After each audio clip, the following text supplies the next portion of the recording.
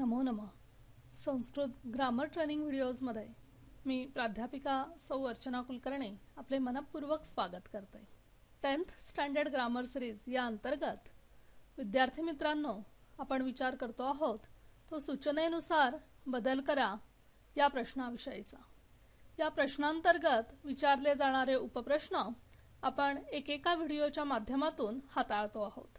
तर मित्रांनो, आज आपण बघणार आहोत ते सती सप्तमी या प्रश्नाविषयी. सती सप्तमी काढा अशा स्वरूपाचा प्रश्न आपल्याला परीक्षेत विचारला जातो. पण सती सप्तमी काढा या प्रश्नाकडे वळण्यापूर्वी सती सप्तमी म्हणजे काय त्याचाही विचार करूया. बघा, आपल्या समोर एक वाक्य आहे. वसंत समये प्राप्ते काकः काकः पिकः पिकः. अर्थात वसंत समय आला असताना कावळा हा कावळा व कोकिळ हा कोकिळ म्हणून ओळखू येतो, असा या वाक्याचा अर्थ. मित्रांनो, काय गंमत आहे बघा. आपली परीक्षा ही वसंत ऋतूत येणार आहे आणि वसंत ऋतूतच आपल्यातीलही काकः काकः पिकः पिकः अशी निवड होणार आहे. तर असो, इथे वसंत समये आणि प्राप्ते अशा दोन ठिकाणी सप्तमी विभक्ती झालेली आपल्याला दिसून येते. सती सप्तमीच्या वाक्यरचनेचं हेच वैशिष्ट्य आहे की वाक्यामध्ये विशेष्य आणि विशेषण या दोघांचीही सप्तमी विभक्ती झालेली इथे दिसून येते. यालाच सती सप्तमीची वाक्यरचना असेही म्हणतात किंवा सत सप्तमी असेही म्हणतात, किंवा अजून एक छान शब्द यासाठी आहे तो म्हणजे भावलक्षणी सप्तमी. वाक्यातील कर्ता किंवा कर्म व त्यांचे विशेषण म्हणजेच धातुसाधित विशेषण किंवा क्रियापद हे सप्तमी विभक्तीत दर्शवलेले असणं हे सती सप्तमीच्या वाक्यरचनेचं वैशिष्ट्य आहे. अजून एका वाक्याचा विचार करू. व्यये कृते विद्याधनम वर्धते एव नित्यम. इथेही व्यये व कृते या दोन पदांमध्ये सप्तमी झालेली आपल्याला दिसून येते आहे आणि म्हणून ही वाक्यरचना सती सप्तमीची आहे किंवा सत सप्तमीची आहे. या जगात विद्याधन अशी एकच गोष्ट आहे की जी खर्च केल्यावरही वाढते. बाकी इतर सर्व गोष्टी खर्च केल्यावर संपतात, पण विद्याधन मात्र जेवढं द्याल तेवढं वृद्धिंगत होत जातं. आणि म्हणून व्यये कृते म्हणजे खर्च केला असतानाही विद्याधन नेहमीच वाढते असा या वाक्याचा अर्थ आहे. आणि इथेही विशेष्य व विशेषण या दोघांमध्येही सती सप्तमी झालेली आपल्याला दिसून येते. आता सती सप्तमीच्या वाक्यरचनेची वैशिष्ट्ये काय काय आहेत ती समजावून घेऊयात. जेव्हा दोन संबंधित क्रिया एका वाक्यात दाखवायच्या असतात तेव्हा पहिल्या गौण वाक्यातील कर्त्याची किंवा कर्माची म्हणजेच विशेष्याची व कर्तरी किंवा कर्मणी धातुसाधित विशेषणाची सप्तमी विभक्ती योजतात. वाक्यात दोन क्रिया असतात, त्यातील एक क्रिया गौण असते आणि दुसरी क्रिया ही मुख्य क्रिया असते. तर गौण वाक्यातील कर्त्याची किंवा कर्माची आणि विशेषणाची सप्तमी विभक्ती सती सप्तमी मध्ये झालेली आपल्याला दिसून येते. दुसरं वैशिष्ट्य असं की वाक्यातील जी मुख्य क्रिया असते ती क्रियापद किंवा धातुसाधित योजून दर्शवली जाते आणि मुख्य क्रियेच्या अगोदर एखादी क्रिया घडली आहे, घडत आहे किंवा घडायची आहे असा अर्थ दर्शवण्यासाठी सती सप्तमीची रचना असलेले वाक्यांश असतात. आता ही सगळी वैशिष्ट्ये या वाक्याच्या मदतीने तपासून बघूया. वाक्य आहे अथ सिंहे गते कश्चित व्याघ्रः समागतः. इथे मुख्य क्रिया आहे व्याघ्र समागतः. वाघ आला ही या वाक्यातील मुख्य क्रिया आहे. तर वाघ येण्यापूर्वी काय घडून गेलंय ते गौण वाक्यांशाने सांगितलेलं आहे व ते गौण वाक्य आहे सिंहे गते. सिंह गेल्यावर. वाघ येण्याच्या पूर्वी म्हणजे या मुख्य क्रियेपूर्वी घडून गेलेली क्रिया आहे सिंह निघून जाण्याची. म्हणून सिंह निघून गेल्यावर कोणी एक वाघ तिथे आला, असा या वाक्याचा अर्थ आहे. आणि गौण वाक्यातील कर्त्याची सप्तमी विभक्ती व धातुसाधित विशेषणाची ही सप्तमी विभक्ती इथे झालेली आपल्याला दिसून येते आणि म्हणूनच हे वाक्य सती सप्तमीचं आहे. आणखी काही या वाक्यरचनेची वैशिष्ट्ये समजावून घेऊयात. जर वाक्यातील दोनही क्रिया एकाच वेळी होत असतील तर गौण क्रिया दाखविण्यासाठी वर्तमान काळवाचक धातुसाधित विशेषण वापरले जाते. जसे की या वाक्यामध्ये वापरलेले आहे, सूरे उदयमाने पद्मानी विकसंती. सूर्य उगवला असताना कमळे विकसित होतात. सूर्यविकासी कमळ ही सूर्यांच्या किरणाबरोबरच विकसित होत असतात. त्यामुळे सूर्य उगवण्याची व कमळ विकसित होण्याची क्रिया एकाच वेळेस होते आहे आणि म्हणून उदयमाने हे वर्तमान काळवाचक धातुसाधित विशेषण इथे वापरलेलं आहे. या विशेषणाची व त्याचे जे काय विशेष सूर्य आहे त्या दोघांचीही सप्तमी विभक्ती सूरे व उदयमाने या पदांनी दाखवलेली आपल्याला दिसून येते आहे. पण जर का दोन क्रिया भिन्न काळी घडत असतील तर पूर्वकालीन क्रिया म्हणजे आधी घडलेली क्रिया ही भूतकालवाचक विशेषणांनी दाखवली जाते. जसे की मनसीच परितुष्टे कह अर्थवान कह दरिद्रः. इथे मनानी समाधानी असणे, संतुष्ट असणे ही क्रिया आधी घडलेली आहे आणि म्हणून ती परितुष्ट या भूतकालवाचक विशेषणांनी दाखवलेली आपल्याला दिसून येते. इथे मनस व परितुष्ट या दोघांचीही सप्तमी विभक्ती योजलेली आहे म्हणून हेही वाक्य सती सप्तमीचं किंवा भावलक्षणी सप्तमीचं आहे. या वाक्यरचनेच्या बाबत अजून एक महत्त्वाची गोष्ट लक्षात ठेवायची की मुख्य वाक्य व गौण वाक्यातील क्रियेचा कर्ता हे दोन्ही भिन्न असतात, वेगळे असतात. जसे की आपण बघितलं, अथ सिंहे गते कश्चित व्याघ्र समागतः. इथे मुख्य वाक्यातील कर्ता व्याघ्र होता तर गौण वाक्यातील कर्ता हा सिंह होता. म्हणून मुख्य व गौण वाक्यातील क्रियेचे कर्ते हे नेहमी भिन्न असतात हे लक्षात ठेवायचं. सती सप्तमी समजावून घेतल्यानंतर आता आपण सती सप्तमी काढा या प्रश्नाकडे वळूयात. हा प्रश्न कसा सोडवायचा त्याचा विचार करूयात.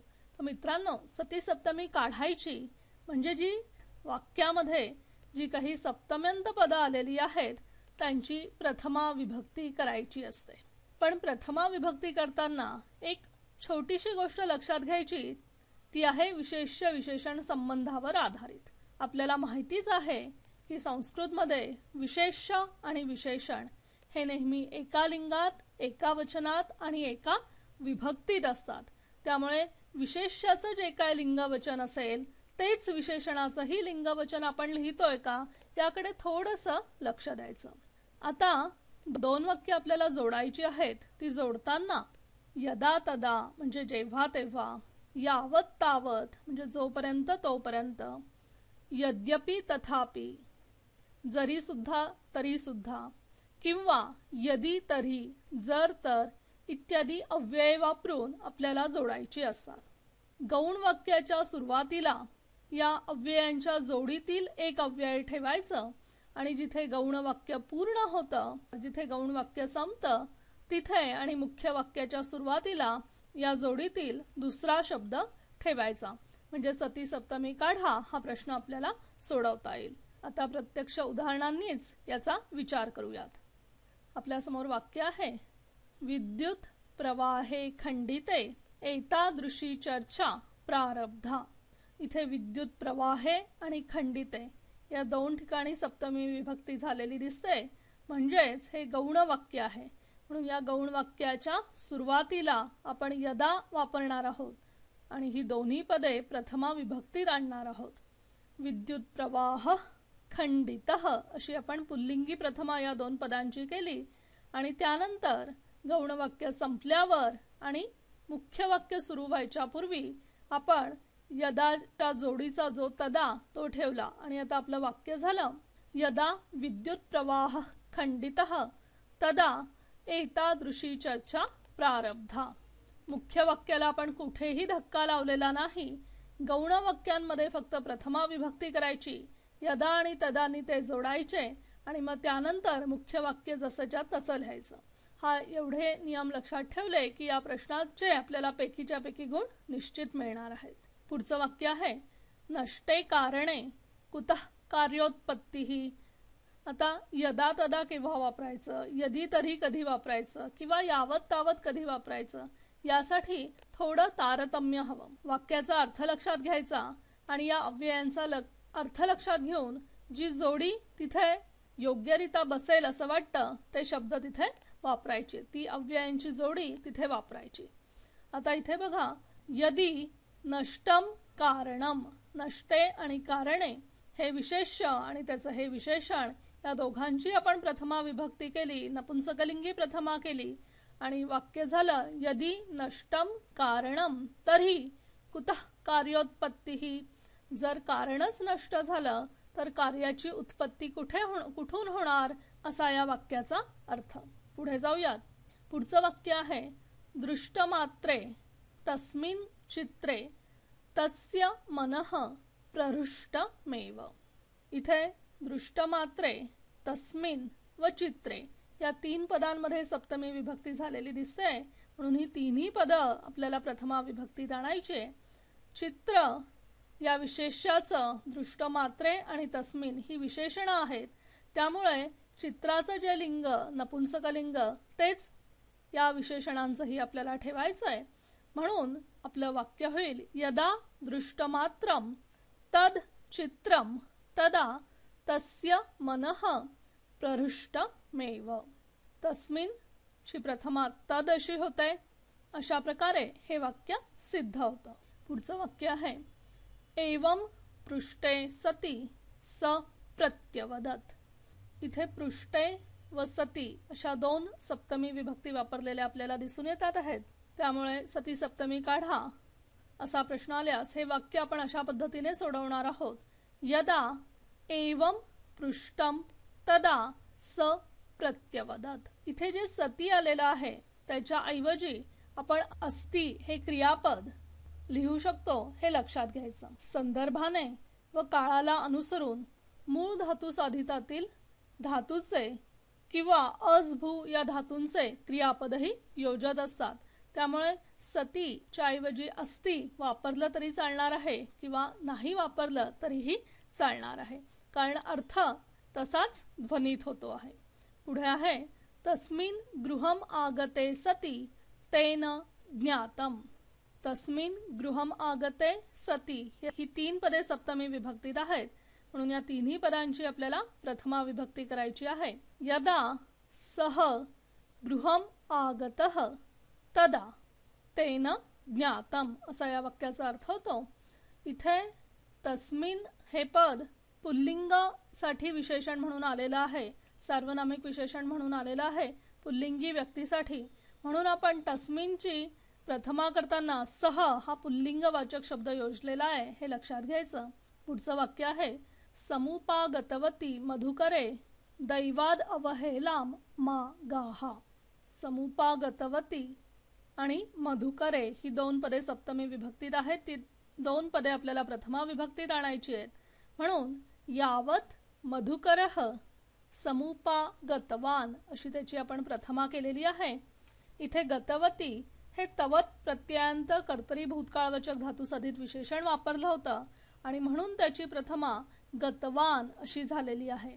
आणि या गौण वाक्यानंतर मुख्य वाक्याच्या पूर्वी आपण तावत जोडलेलं आहे. सती सप्तमीच्या एवढ्या वाक्यांचा अभ्यास केल्यानंतर आता परत आपण सुरुवातीच्या उदाहरणांकडे वळूयात आणि ही उदाहरणे देखील सोडवून बघूयात. वसंत समये प्राप्ते काकः काकः पिकः पिकः. यदा वसंत समयः प्राप्तः तदा काकः काकः पिकः पिकः असं हे उदाहरण सोडवता येईल. पुढचं वाक्य आहे व्यये कृते विद्याधनं वर्धते एव नित्यं. यदा व्ययः कृतः तदा विद्याधनं वर्धते एव नित्यं असं हे वाक्य आपल्याला सोडवता येणार आहे. विद्यार्थी मित्रांनो, सती सप्तमी आपल्याला नक्कीच कळाली आहे. ती सोडवायची कशी ह्याचाही आत्ता आपण विचार केलेला आहे. तेव्हा ही 3 वाक्य तुमच्या सरावासाठी, या 3 वाक्यांचा सराव जरूर करून बघा. प्राप्तायां निशायां सः निद्राधीनः जातः। घण्टानादे जायमाने छात्राः वर्गकक्षां प्रविशन्ति। छिन्ने मूले नैव पत्रं न शाखा। अशी 3 वाक्य सरावासाठी तुम्हाला देते आहे। आमचा मेल ID ही तुम्हाला माहितीच आहे, तेव्हा त्याच्यावरही आपण आम्हाला उत्तरं पाठवली तर नक्कीच ती उत्तरं बरोबर आहेत किंवा चूक आहेत हे आम्ही आपणाला कळवू। तेव्हा इति अलम। परीक्षेसाठी मित्रांनो तुम्हाला मनपूर्वक शुभेच्छा। शुभम भवतु।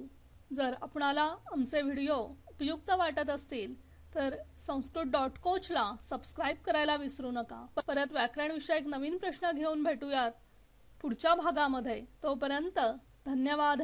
पुनर्मिलामः।